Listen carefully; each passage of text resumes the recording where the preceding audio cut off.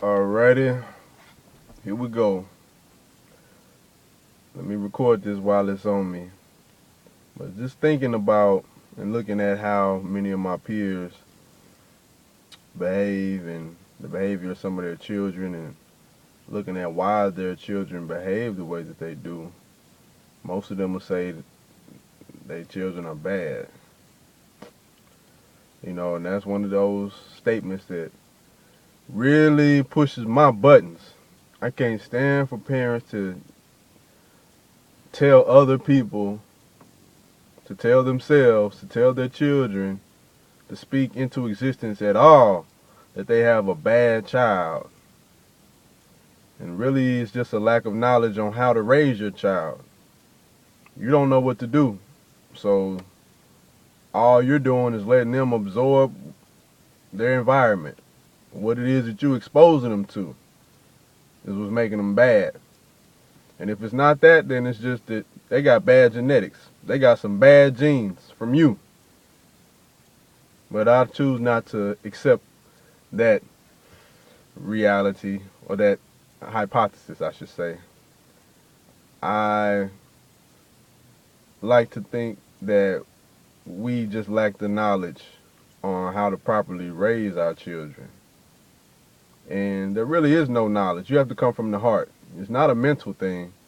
You just have to soften yourself up, make yourself better, and you'll become a better parent. If you work on you, the child will develop on his or her own accord, but will develop more in a more healthy fashion because they have a good example to draw from.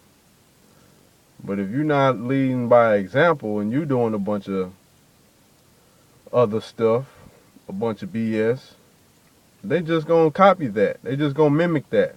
Even if they're not doing it exactly what you're doing, they're gonna take on your vibe.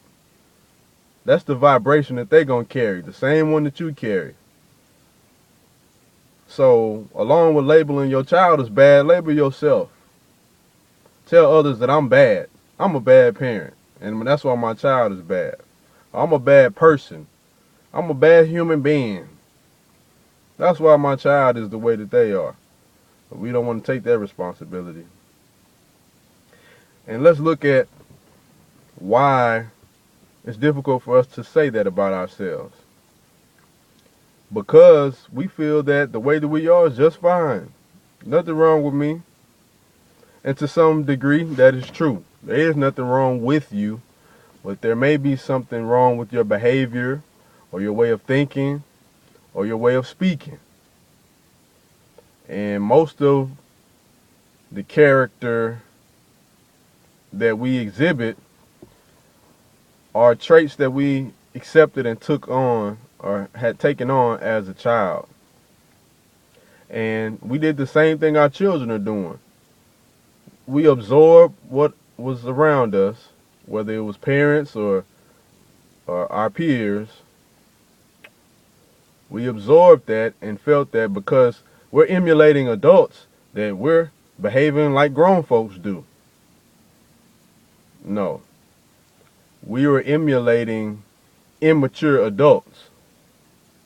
Just because you're 18 or 21 or 30 or 40 or 50 or 70 does not mean that you're mature. It doesn't mean that you're wise. It doesn't mean that you use your intelligence. That doesn't mean you make good decisions. That doesn't mean you're a good example to follow just because you're an adult. So as a child, we're looking at a lot of our loved ones and we're emulating them, not knowing that they're lost. They're immature. They're making bad decisions. They're not the best example for us. It's getting kind of hot. But nonetheless, we decided when we were 10 years old or 12 or a teenager that this is the way that I'm going to be. Sometimes it's a defense mechanism because we're attacked by our loved ones, whether it's physically or emotionally or mentally. Sometimes it's a defense mechanism and we become a certain way at a young age and forget that there was something that caused us to take on this behavior. And later on down the line, we forget about that and we accept that as this is who we are. This is just how I am.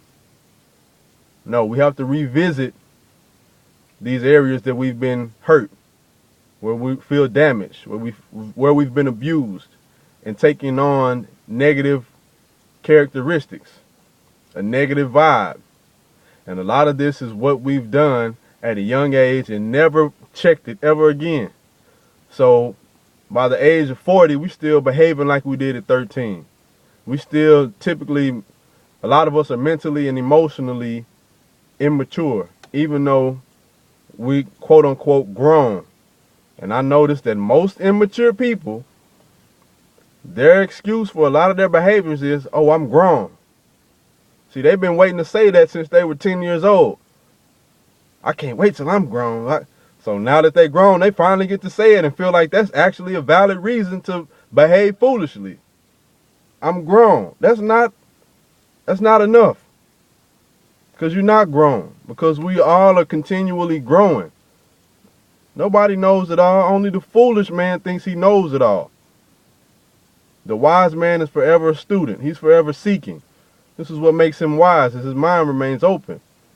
He can take in new things. But the fool, you can't tell a fool nothing. They know it all, or they think they know it all. So this is what has happened to us. And because it happened to us and we're not checking it, the cycle is repeating itself and it's happening to our children.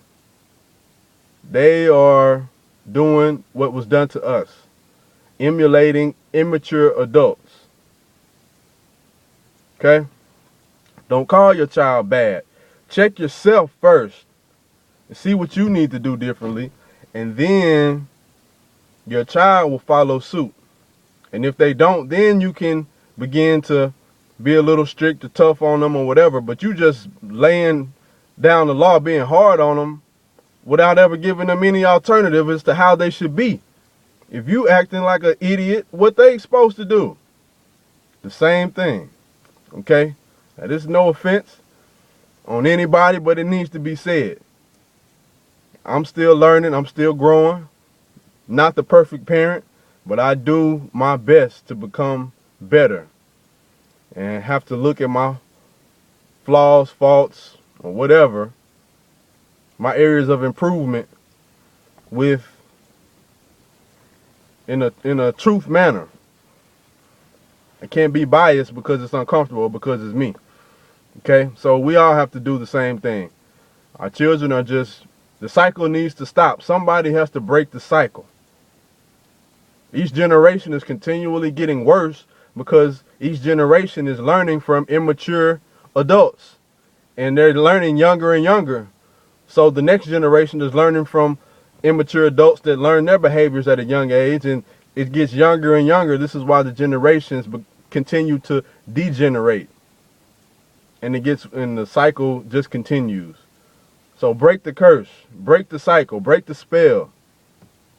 Wake up so your children have a chance. If not even for yourself, look at the lives that you are responsible for. Provide them with the best opportunities possible by making yourself better.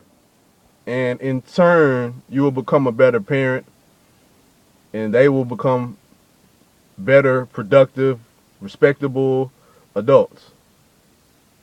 Okay, that's the solution and remedy, or one of the many solutions and remedies for a bad child, or my little badass. All right, that's enough. TNT. Get back at y'all in a minute. 1.